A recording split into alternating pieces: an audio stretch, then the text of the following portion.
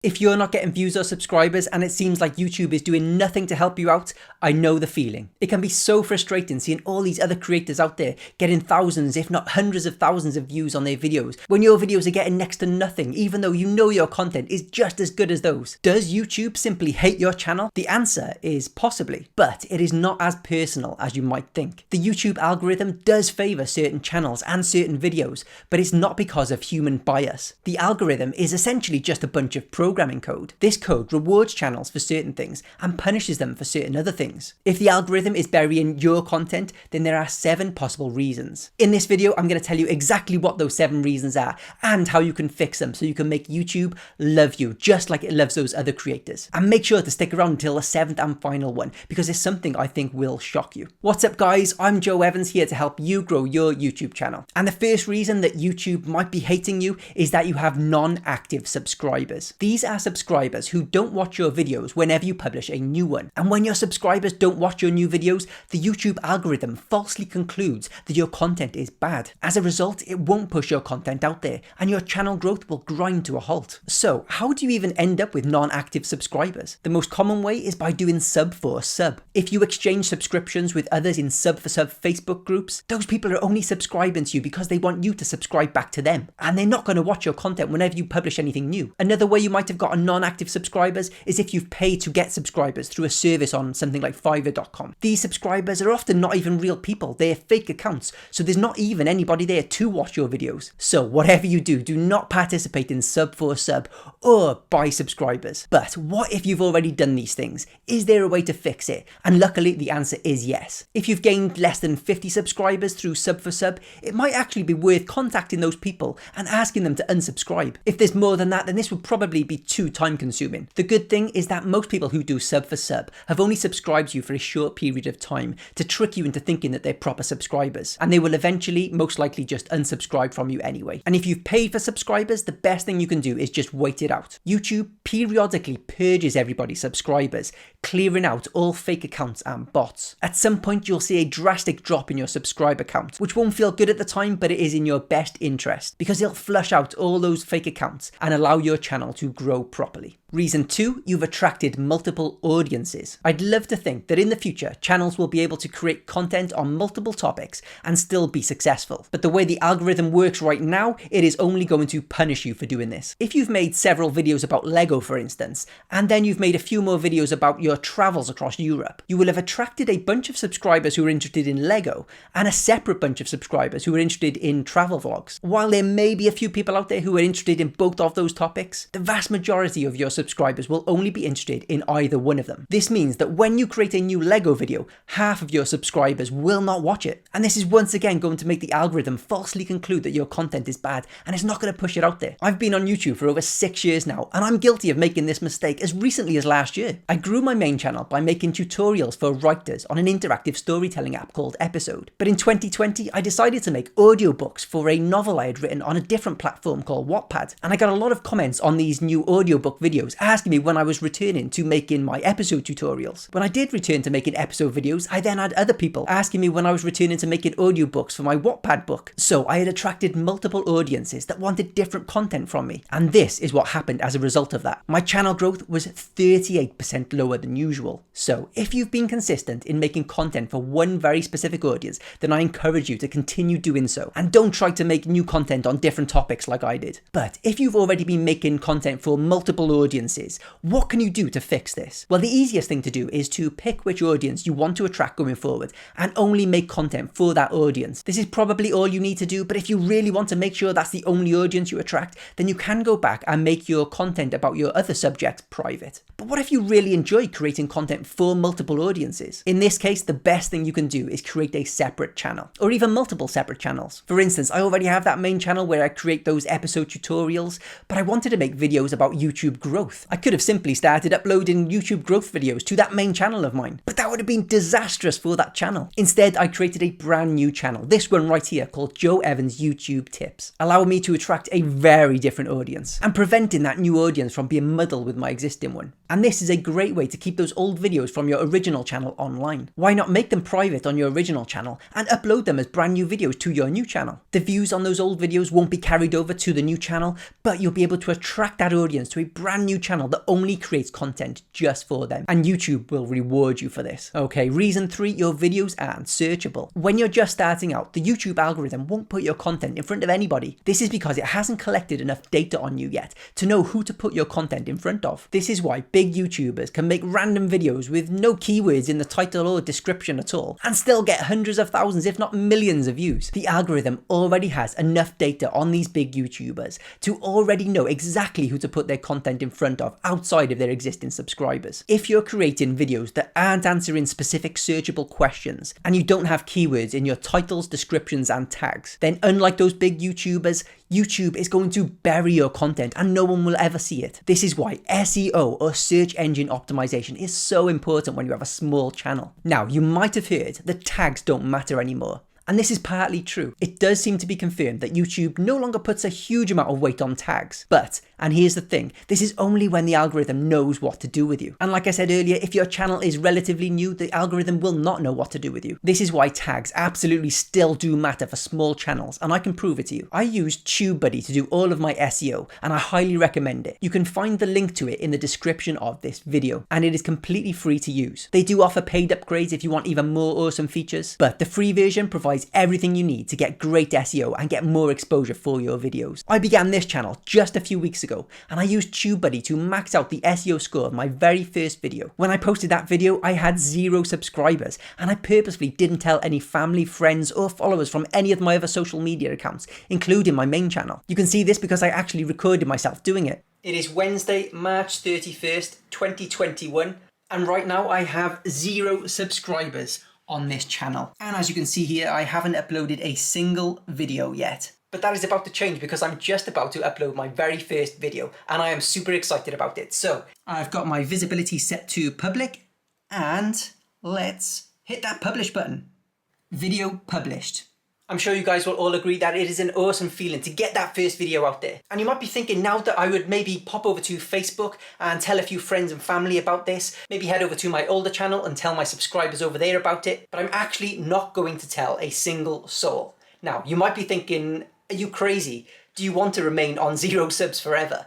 But of course I do want to grow my channel, and I actually think that staying silent is the best way to do this. I really wanted to see if I could get subscribers organically, and if so, how those subscribers found my content. The great news is I did get subscribers, and this wasn't because of YouTube suggesting it to people. My analytics showed me that my views were from my video ranking in search results. Because of TubeBuddy, I was able to see that my tags were working, and exactly where my video was ranking for those keyword phrases. After a few hours, these numbers dropped and disappeared, meaning my video was no longer ranking for those search terms, and I stopped gaining new subscribers at the same time, indicating that it was those few hours of ranking for keywords that was able to give me enough exposure to get those first few views and subscribers. At the time of me making this video, I now have about 90 subscribers, and each time I publish a new video, I rank for the tags that I use. Even though those few hours are just a small window of opportunity, it is enough to get a few new subscribers each time until the algorithm has enough data on me to push my videos out there properly. So here's what I suggest. If you're under 1,000 subscribers, then tags absolutely are really important, and they can be crucial in getting you your first batch of subscribers. So make sure to download TubeBuddy with that link in the description and pack as many relevant tags into your videos as possible. If you're over 1,000 subscribers, then I would still recommend using tags just to get as much exposure as you possibly can for your videos. And if you find that coming up with tags takes too much time, then TubeBuddy can help with suggesting them for you. Reason 4, you're not providing value. It's easy to get into the mindset of thinking that your subscribers have subscribed to you because they love you and everything about you. I honestly fell into this trap on my main channel, and I added vlogs of my daily life into the mix, thinking my subscribers would just love to see more of me. But as you can see here, hardly anybody watched them in comparison to my tutorial videos. It is a tough pill to swallow, but the reality is that most subscribers don't want you, they want something from you. Gary Vaynerchuk, one of the leading voices in entrepreneurship, says that one of the biggest reasons people don't grow is that they're creating selfish content. Think about that for a moment. Are you really creating videos that your audience wants, or are you creating videos that you want to create? The only way to truly grow on YouTube is to shift your mindset from thinking,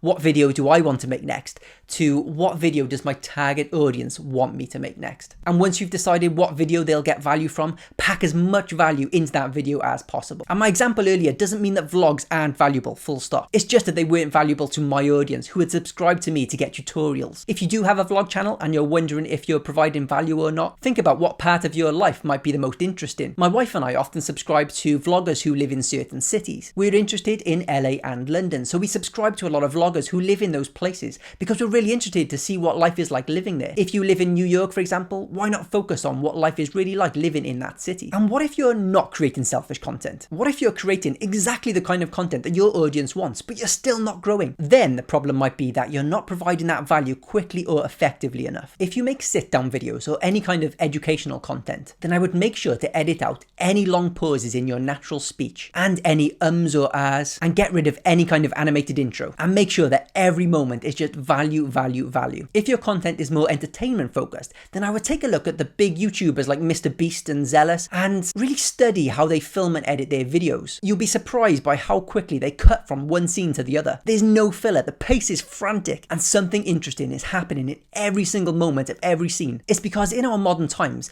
viewers just don't have the time to waste on content that's slow. And if the content they came for is entertainment, then they have to be entertained every single moment of your videos. If you create ultra valuable content for a very specific audience and that content is jam-packed full of value, honestly, potential subscribers will have a hard time not subscribing to you. Reason 5, you're not being clear about your value. I've done quite a few channel reviews lately, and one thing I've noticed is that a lot of channels aren't being clear about the value they provide. One of the best places to declare your value is in your banner image, and this space is often being wasted. If you take a look at my banner image for my main channel, you can see that I've got a picture of the app that my channel is about, my name in big writing, along with a picture of myself, a very brief description of what I do on the channel, and over on the far left, a more detailed list of the things that can be found on my channel. This makes it crystal clear what my channel is about and what value people will get if they subscribe. If you don't know how to create a banner image, or you're struggling to make one that looks good, then I would recommend using Canva. If you click this link in the description of this video,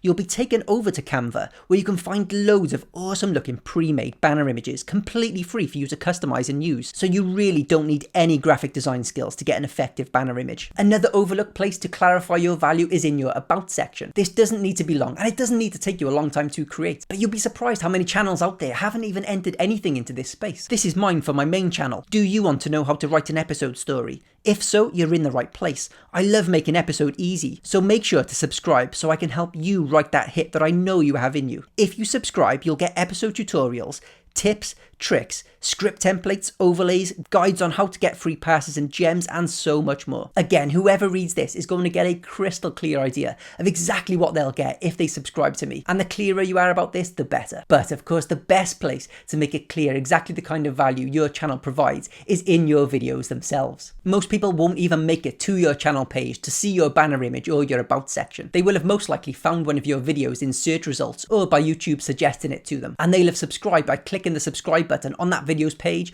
or by clicking the watermark in your video itself. That's why it's really important to briefly state what your channel is about in each of your videos. In the beginning of my videos on this channel, I say that my name is Joe Evans and I'm here to help you grow your YouTube channel. That is all I need to say to convey exactly the kind of value that viewers will get if they subscribe to me. As long as potential subscribers know exactly what kind of value they'll be getting from you, and then you deliver on that promise time and time again, you'll have very happy subscribers. And the algorithm will reward you for this by pushing your content out to more and more people who it thinks will want to subscribe to you. Reason 6, your thumbnails are bad. This is one of the most talked about issues, and there is a reason for that. Thumbnail quality plays a huge role in the success of your videos and your channel. But what is a bad thumbnail? How do you even know if a thumbnail is good or bad? The easiest way to check is by going into your analytics and looking at your CTR, or click-through rate, for each of your videos. This is the percentage of people who clicked your thumbnail when it was put in front of them by YouTube. The average CTR is about 4 to 5%, so if your CTRs are lower than that, then your thumbnails thumbnails are probably the culprit. The good news is you can change your thumbnails at any point. So you have the opportunity to make a new one and improve that video's performance. But how do you make a better thumbnail? What's so bad about the original one? If you want an in-depth look at what makes a great thumbnail, then click this card, because in this video,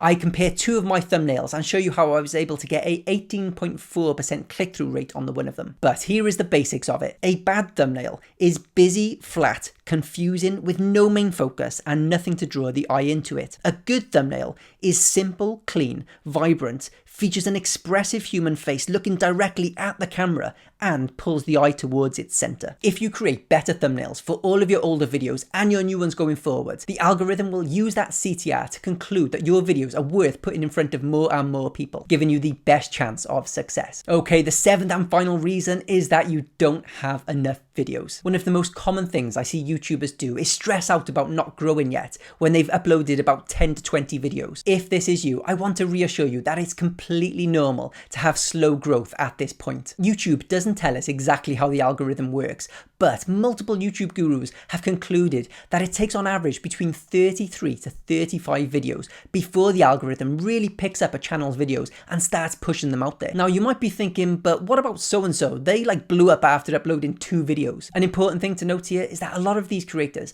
often have large followings on other social media platforms like Instagram or TikTok that they bring over with them. If you're building an audience from scratch and you have no existing fan base outside of YouTube, it is going to be a much slower process. But that does not mean you can't be just as successful with a bit of patience. And patience is so key because growth on YouTube is usually exponential. Those first few months are going to feel like such a slog, but if you can get through those, things will get so much easier from there. If it takes you 6 months to get your first 100 subscribers, it's not going to take you another 6 months to get to 200 subscribers. Over time, the snowball effect will kick in. So if you've uploaded less than 33 videos and you're not making any of the mistakes that I've mentioned in this video, then most likely the only thing preventing you from YouTube success is more videos. So just keep doing what you're doing and try not to get discouraged. If you've already uploaded more than 35 videos and you're still stuck in a rut, then most likely you're probably making one or more of the mistakes that I mentioned earlier in this video. And if you correct those things, then you should start seeing growth. Okay, that is it. If you found this information helpful, then make sure to click that subscribe button and turn on notifications for my channel